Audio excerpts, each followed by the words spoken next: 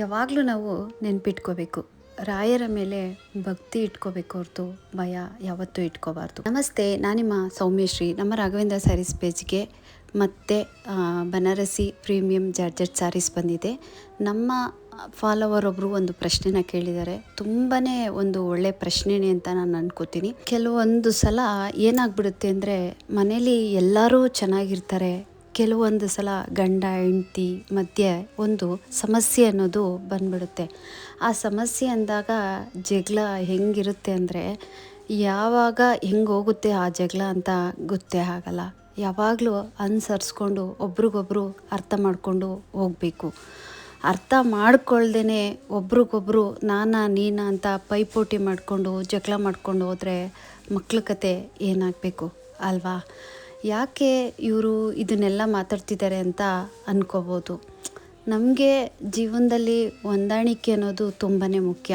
ಒಂದು ಸಂಸಾರ ಅಂತ ಕಟ್ಕೊಂಡ್ಮೇಲೆ ಅಲ್ಲಿ ಹೊಂದಾಣಿಕೆ ಇರಬೇಕು. ಅಲ್ಲಿ ಹೊಂದಾಣಿಕೆ ಇಲ್ಲ ಅಂದಾಗ ಏನು ಬೇಕಾದರೂ ಆಗುತ್ತೆ. ಇವಾಗ ಇತ್ತೀಚೆಗೆ ನೀವು ನೋಡ್ತಿದ್ದೀರಾ ಅಲ್ವಾ, ಎಷ್ಟೋ ಜನ ಹೆಣ್ಮಕ್ಳೇ ಆಗ್ಬೋದು, ಗಂಡು ಮಕ್ಕಳೇ ಆಗ್ಬೋದು, ಹೆಂಡತಿ ಕಾಟ ಆಗ್ಬೋದು, ಗಂಡನ ಕಾಟ ಆಗ್ಬೋದು, ಈ ಎರಡೂ ಥರನೂ ಇರುತ್ತೆ. ನಾನು ಹೆಣ್ಮಕ್ಳು ಸಪೋರ್ಟಿವ್ ಆಗಿ ಮಾತಾಡಲ್ಲ, ಈ ಕಡೆ ಗಂಡು ಮಕ್ಕಳು ಸಪೋರ್ಟಿವ್ ಆಗಿ ನಾನು ಮಾತಾಡ್ತಲ್ಲ. ಈಗ ಬಂದಿರುವಂಥ ಪ್ರಶ್ನೆಗೆ ನಾನಿಲ್ಲಿ ಉತ್ತರನ ಕೊಡ್ತಾಯಿದ್ದೀನಿ. ಇಬ್ಬರಲ್ಲಿ ಯಾರು ಒಬ್ಬರು ಸೋಲಬೇಕು.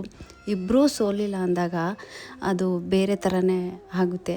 ಹಾಗಾಗಿ ನಮ್ಮಲ್ಲಿ ಹೊಂದಾಣಿಕೆ ಇದ್ದರೆ ಮಾತ್ರ ಜೀವನ ಸೂಪರಾಗಿರುತ್ತೆ. ಆ ಹೊಂದಾಣಿಕೆ ಇಲ್ಲ ಅಂದಾಗ ನಿಜವಾಗ್ಲೂ ಪ್ರತಿನಿತ್ಯ ಜಗಳ, ಮನಸ್ತಾಪ, ಈ ಥರ ಗೊಂದಲಗಳು ಜಾಸ್ತಿ ಆದಾಗ ಮನೇಲಿ ಸಿಕ್ಕಾಬಟ್ಟೆ ನೆಗೆಟಿವ್ ಥಾಟ್ಸು ಜಾಸ್ತಿ ಆಗಿಬಿಡುತ್ತೆ.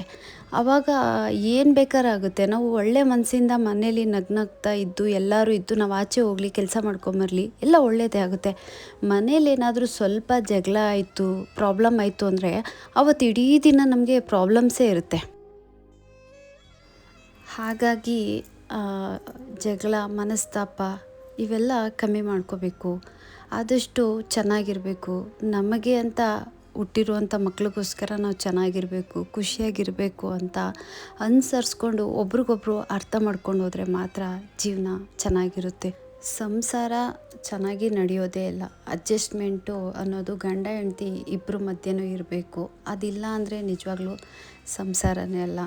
ಕೆಲವೊಂದು ಹೆಣ್ಮಕ್ಳು ಏನು ಮಾಡ್ತಾರೆ, ಆ ಟಾರ್ಚರು, ಆ ನೋವು, ಸಂಕಟ ತಡಿನಾರ್ದೇ ಅವರು ಮನೆಯಿಂದ ಆಚೆ ಬಂದು ಸ್ವತಂತ್ರವಾಗಿ ಜೀವನ ಮಾಡ್ತಾರೆ. ಇಲ್ಲ ತಂದೆ ತಾಯಿ ಮನೆಗೆ ಹೋಗಿ ಸೇರ್ಕೋತಾರೆ.